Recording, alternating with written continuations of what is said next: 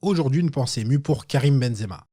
Oui, c'est un joueur de foot, mais le cas Benzema en équipe de France dépasse le simple cadre du foot. Il y a de fortes chances que je parle plus politique que foot dans cette pensée émue.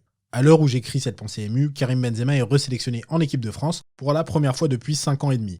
Le fait qu'il ne soit pas sélectionné, si on se base sur son niveau sportif, est scandaleux. C'est comme si on faisait une Coupe du Monde de la corruption sans sélectionner Sarkozy. Invraisemblable. Pour moi, on le met en pointe avec Fillon et on est sûr d'arriver en finale. Après, on risque de perdre en finale contre la Corée du Nord, mais c'est des choses qui arrivent. Benzema a tout gagné en club. 4 Ligues des Champions, 4 championnats de France, 3 championnats d'Espagne, et vraiment plein d'autres trophées. Le seul trophée en club auquel il a participé mais jamais gagné, c'est la Coupe de la Ligue en France. Sauf que, il y a eu la fameuse affaire de la sextape. Pour résumer, Benzema est accusé de complicité de tentative de chantage.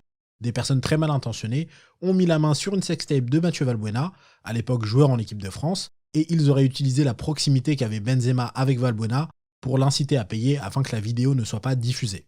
Depuis, Karim Benzema n'est plus sélectionné en équipe de France, alors qu'aucun jugement n'a été rendu et qu'il est donc innocent jusqu'à nouvel ordre.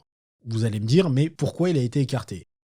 Les politiques, évidemment. L'histoire a été montée en épingle, notamment par celui qui détient le record du français ayant gagné le plus de prix Nobel, Manuel Valls. Ça faisait déjà quelques temps que des politiques récupéraient absolument tout ce qu'ils pouvaient sur Benzema, histoire de gagner 1 ou 2 points de popularité à l'extrême de la droite.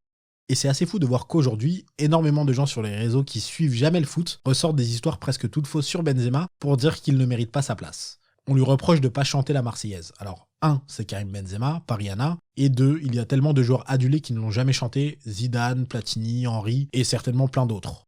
Beaucoup de commentaires disent qu'il a craché sur la Marseillaise. Alors, déjà, c'est un sacré concept de cracher sur une chanson, franchement, et il se trouve qu'il y a des images de ce moment. C'était un match Real Madrid-Barcelone où la Marseillaise a été passée parce qu'on était juste après les terribles attentats du 13 novembre et il a craché sur le terrain à la fin de la Marseillaise.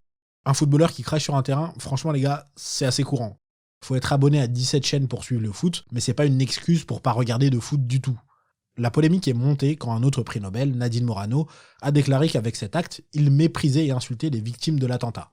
Alors premièrement, reprendre un argument de Nadine Morano les gars, c'est jamais une bonne idée. La seule bonne idée qu'elle a chaque jour, c'est d'aller se coucher. Deuxièmement, à quel moment on en est venu à interpréter des crachats pour gagner des votes à une élection ? Quand est-ce que c'est parti en vrille ? Troisièmement, c'est là où on voit que Benzema n'était pas considéré comme un humain, mais comme la représentation de quelque chose qu'un bord politique n'aime pas du tout. Il se trouve qu'un ami très proche de Benzema, également footballeur français international, Lassana Diarra, a perdu sa cousine durant ces attentats. Nadine Morano n'a même pas pris la peine de se renseigner parce qu'elle s'en fout. Tout ce qu'elle veut, c'est être bien vue par une partie de nos concitoyens au cerveau étriqué et aussi malléable qu'un Rubik's Cube, quitte à blesser personnellement Benzema et interpréter un crachat comme une quasi-apologie du terrorisme. On revient pas forcément sur cette partie de l'histoire, mais c'est quand même très grave ce qu'elle a fait. Quatrièmement, celle-là, elle est juste pour le plaisir. Pierre Ménès avait tweeté à l'époque « On en parle de Benzema qui crache à la fin de la Marseillaise, il creuse encore ». Depuis qu'on a découvert ses talents d'auto-fossoyeur de tombe en direct sur TPMP, on se dit que le gars sait quand même de quoi il parle. Il y a d'autres arguments qui sont avancés, avec plein de citations qui datent littéralement de 15 ans et qui sont totalement tronquées et modifiées. Je vous laisse un article du Monde à ce sujet en description si vous voulez approfondir le sujet.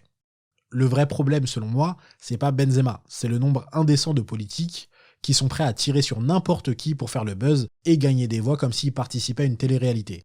Il suffit de voir les réactions après sa sélection pour l'Euro, un cirque. J'arrive même plus à savoir ce qui est le vrai divertissement entre le foot et la politique. Les politiques ont fait plus de récupération en un soir que Kanté cette année. Et pourquoi ils font ça ? Parce que ça marche. T'as des milliers de gens qui répètent leurs faux arguments comme des robots sur les réseaux sociaux sans jamais s'intéresser à l'origine et à la véracité de ce qu'ils racontent. Et c'est curieux de leur part parce que les origines, c'est un peu une obsession pour eux. Du moment où ça stigmatise une personne qui, dans leur tête, représente une partie de la population qu'ils haïssent sans jamais interagir avec, ça passe comme du rosé un soir d'août. Et c'est comme ça que j'ai interprété ce qu'a dit Benzema sur Deschamps, bien que la phrase a dû être assez dure à entendre pour Didier Deschamps. Il a déclaré que Didier Deschamps a cédé à une partie raciste de la France.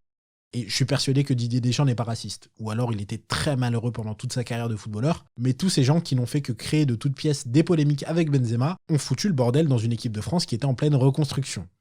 Avec le recul, c'était la solution la plus facile entre guillemets, mais aussi la plus injuste. Cette partie-là, raciste de la France, qui est pour moi la moins française de par son discours, pas de liberté pour une partie du peuple qui n'a soit pas la bonne origine, pas la bonne religion, pas la bonne pointure ou le bon dentifrice, pas d'égalité non plus pour les mêmes raisons, et certainement pas de fraternité, faut pas déconner non plus. Cette partie-là de la France avait fait céder Didier Deschamps à l'époque, et c'est merveilleux de voir qu'elle s'est prise une remontada comme on n'avait pas vu depuis le PSG au Camp Nou.